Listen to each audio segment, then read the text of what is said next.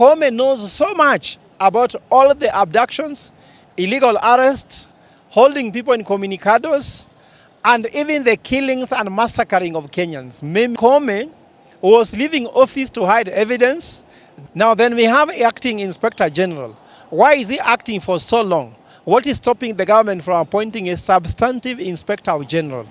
All this is because they are just trying to do some things and cheat Kenyans that the system is working, but actually what they are doing is killing Kenyans, abducting them, maiming them, illegal arrests on them. I'm also a victim of this illegal arrest. And in fact, we are not just asking the Kitengela 3.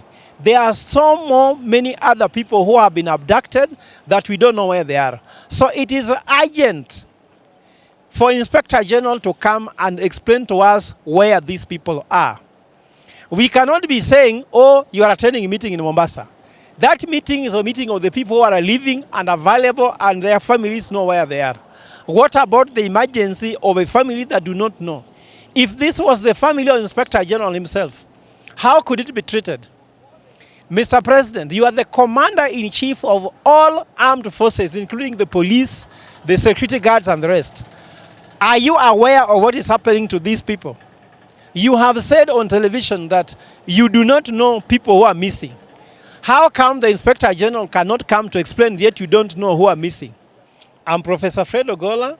I'm one of the co-conveners of Concerned Citizens Movement. I want to highlight my highest disappointment with the conduct of the Acting Inspector General of Police. In fact, the fact that he's even violating the Constitution of Kenya, acting in contempt of court, demonstrate why even the former Inspector General, Koome, had been forced to leave office.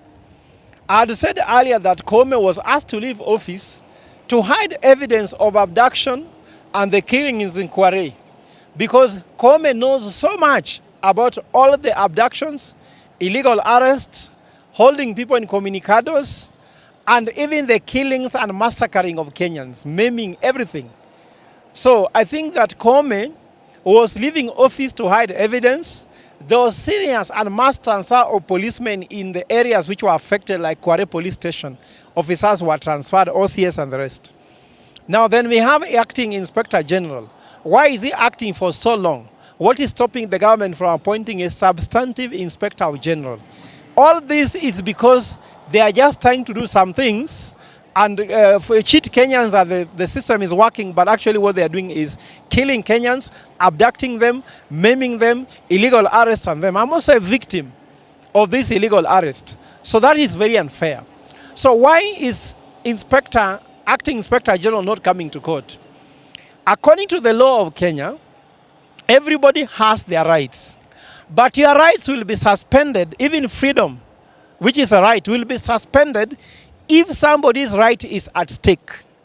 So the rights of the Kitengela 3, especially my brother, Bob Njagi, is at stake. The families cannot even eat. They are traumatized. The wife is pregnant. I don't know if she has given birth now or not, but she was a few days ago, 2 days away from having her baby. How does she feel when she's having a baby in her womb to deliver, bring life to Kenya, when another life is being destroyed? How will this child be brought up when he or she is being born while the father is incommunicado? I think for me, the rights of that family has been violated. The rights of the Kitengela 3 is highly being violated. And in fact, we are not just asking the Kitengela 3. There are many other people who have been abducted that we don't know where they are. So it is urgent for Inspector General to come and explain to us where these people are. We cannot be saying, oh, you are attending a meeting in Mombasa. That meeting is a meeting of the people who are living and available and their families know where they are. What about the emergency of a family that do not know? If this was the family of Inspector General himself, how could it be treated?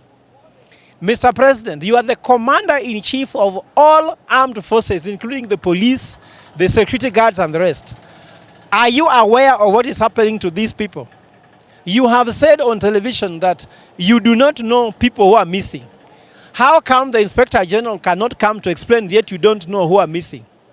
So I want to urge you, Mr. President, now you must command your acting Inspector General of Police to appear in court. But that is not even our concern. Our main concern here is not going to court. Tell us where the Kitengela 3 are, free them with immediate effect. From the look of things, I'm not being a prophet of doom. But they must have done something to these people, something they don't want us to know. Because instead of even coming to court, if that is hard, you could have just released them. Why are you not releasing them to the public so that we know where they are? What have you done to these people? We don't know whether they are alive or they have been killed. We don't know if they are alive, how much damage has been done to them. Mr. President, you cannot hide on this one. You need to release these people with immediate effect. We don't want to wait the Inspector General of Police to come to court, because if there's something they did, they should be the one appearing in court, not the Inspector General. Why are they now, almost 1 month ago, not appearing in court, being charged with whatever offense you had them? Myself, I was with Bob Njagi the very evening he was abducted. We were meeting with him in Upper Hill. We were paying parking with him together. I hugged him and told me, my brother, safe journey home.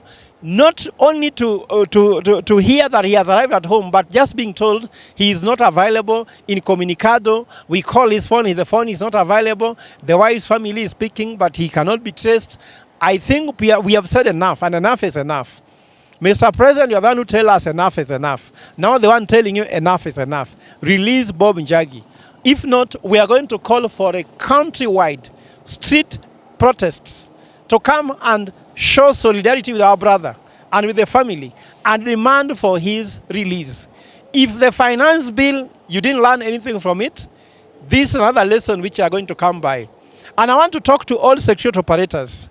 I can tell you, even if we are doing all this to defend William Ruto is not yours. William Ruto is not ours. Why are we fighting among ourselves? If you hear the song called Sina Makosa, Sina Makosa, Ruto si wako, Ruto si wangu. Chuki ya nini kati yangu mimi na wewe? Kwa sababu kama Ruto si wako, hata ukindefend, itakupeleka wapi? Kama unataka kuniua kwa sababu ya Ruto, utapata nini? So I want to tell all security agencies that please, even Inspector General, if you are refusing to report, I know you are not reporting because you have a direct order from His Excellency, the President William Ruto, that if you report all the scams, all the brutalities, all the maiming, all the killings, murders, abductions, all those issues will come to you. So he's commanded you not to do. So I think Kenyans should shift from asking IG to report, but ask the president. He is the commander-in-chief. He is the one whom we elected. We didn't elect Inspector General. He's the one who appointed him as acting. So you are our president. You are the one who was elected. Not doing this at now shows how unfit you are to be president. There's something we call in law fit to command. And fit to command means that if you cannot command your security apparatus to treat Kenyans with justice, to treat Kenyans according to the Constitution, you allow your Inspector General to act in contempt of court. How are you Commander-in-Chief if all your ministers are stealing from us? All your officers are corrupt. All of them are just destroying our country. All your security apparatus are killing Kenyans instead of bringing law and order. How can Inspector General of Police bring law and order if he is the one actually acting in contempt of court? Now, let me tell you what. If all Kenyans learn from the acting Inspector General and start defying court orders, defying police orders, like now, I'm driving between Nakuru going to Nairobi. Policemen will stop me on the road. I will stop because I'm obeying law and order. What if I refuse to stop and hit the police with my car? If every Kenya start behaving like that, where are we going? We are asking the president plus all the officers he has appointed in government that lead by the example. If you tell us we act by law, you also must follow law. Whenever we go to the street for protest, you tell us we are breaking the law. Yet for you, just appear in court, you cannot follow. If you cannot just accept to appear in court according to the law and the Constitution of Kenya, what else can you do if we are not the president? Which means if you are us, you could even ban the country. So we are asking you to lead by example and show Kenyans how to act according to law and order, and Kenyans will follow you as you follow Christ. For us as the Gen Zs, we believe that we follow you as you follow Christ. You follow you as you follow the Constitution. We will not follow you to lead us in breaking the Constitution. Mr. President, if you cannot stop corruption, Mr. President, if you cannot deliver government services to us, Mr. President, if you cannot keep law and order, Mr. President, if you can break all the 16 chapters of the Constitution of Kenya, even without blinking, are you still fit to be in office? You took allegiance to the Constitution of Kenya. You took allegiance to the people of Kenya who elect you. The Kenyans hold the sovereignty of this country, which is given to them through the Constitution.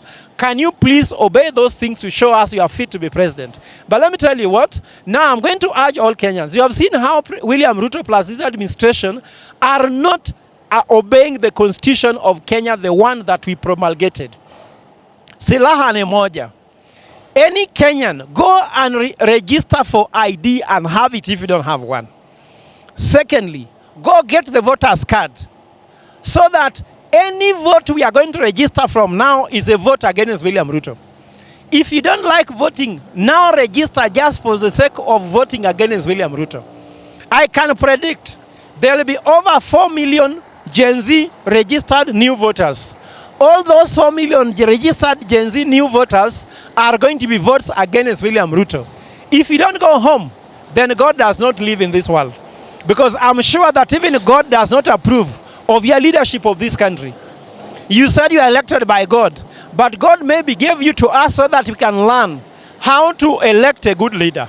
In 2027, we will not elect a leader who disregards the Constitution, who is corrupt. Honesty, it will be number one quality to get someone to office. We cannot have such a dishonest leader in office. We are going to ensure we elect somebody who can be able to live according to the law and protect the Kenyan integrity and give us a good image. Raila Odinga, now you are William Ruto's friend and advisor. Could you please advise that you are with him close together? That even where you are going, we don't allow for abduction. We don't allow for arrest. We don't allow for murders. We don't allow for holding people in communicado. We allow people to go according to the law and the Constitution. You cannot be elected AUC chair if you didn't comply with the laws and requirements of the AU's chair. Please, Baba, advise William Ruto that this is the time to demonstrate that he's committed to the ceasefire between him and the Gen Zs. We cannot be saying we cease fire, yet all the people went for the protest are in cell, are in court, in mortuary, in cemeteries, and also are nowhere to be seen where they are. Thank you.